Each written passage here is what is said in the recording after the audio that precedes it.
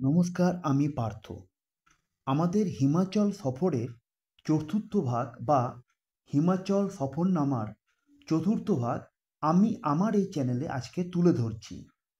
একদিন সিমলায় কাটানোর পর পরের দিন সকালবেলায় আমরা কুফরি এবং ফাগুর উদ্দেশ্যে রওনা দিলাম। আমাদের গাড়ি পাহাড়ি পথ ধরে কুফরি এবং ফাগুর উদ্দেশ্যে চলেছে। কুফরি থেকে প্যাকেজের মাধ্যমে আমরা ফাগুর ফার্মের উদ্দেশ্যে যাওয়া মনে করলাম।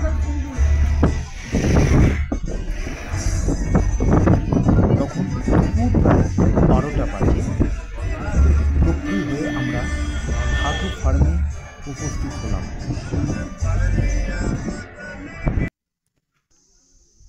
ফাগু ফার্মে গিয়ে আমি এখানকার প্রাকৃতিক সৌন্দর্যে বিভোর হয়ে গেলাম এবং তা মোবাইল বন্দি করতে থাকলাম। ধাপে ধাপে ফাগু চাষ হয়েছে, সেসব ছবি আমি মোবাইল বন্দি করতে থাকলাম। সত্যিই দেবভূমি এই হিমাচল। প্রত্যেকটি স্তরে স্তরে সৌন্দর্য ছড়িয়ে রয়েছে। দূরে পাহাড়ের মাথা,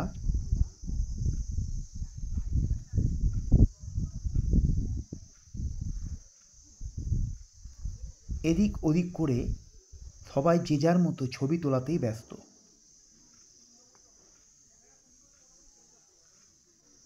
জায়গাটি খুব নির্জন। কিছুটা দূরে গিয়ে আবার অন্য সৌন্দর্য মোবাইল বন্দি করলাম। দূরের আকাশ, তাতে পাহাড়ের গা যেন মিশে গেছে। অসম্ভব সুন্দর এই দৃশ্য। জায়গাটি নির্জন অবশ্যই।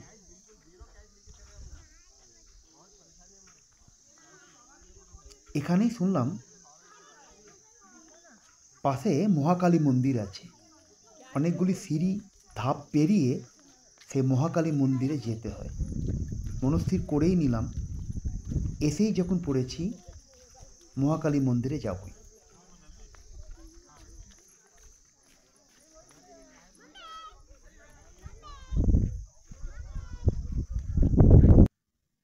চারিদিকে সৌন্দর্য মোবাইল বন্দি করতে থাকলাম। ওপর থেকে নিচটি খুব সুন্দর লাগছিল।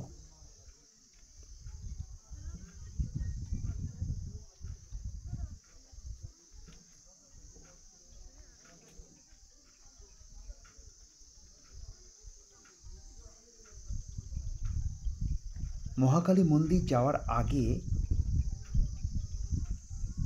একটি অরণ্য পার হয়ে যেতে হয়। আমাদের গাড়ি সেখানে গিয়ে থামল। অরণ্যটিও খুব নির্জন।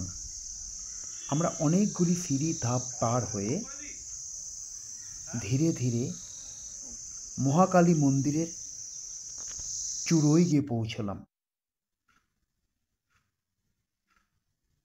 মাতৃরূপ দর্শন করে আমরা ফিরে আবার আমাদের নেক্সট ডেস্টিনেশন অর্থাৎ সিমলা হোটেলের দিকে যাব মনস্থির করলাম। হোটেলে যখন ফিরলাম তখন প্রায় সন্ধে হয়ে এরকম আরও ভালো ভালো কন্টেন্ট আমার চ্যানেলে পেতে আমার চ্যানেলটিকে সাবস্ক্রাইব করুন, প্রচুর লাইক শেয়ার করুন এবং কমেন্ট লিখুন। সবাই ভালো থাকুন, সুস্থ থাকুন। আবার দেখা হবে।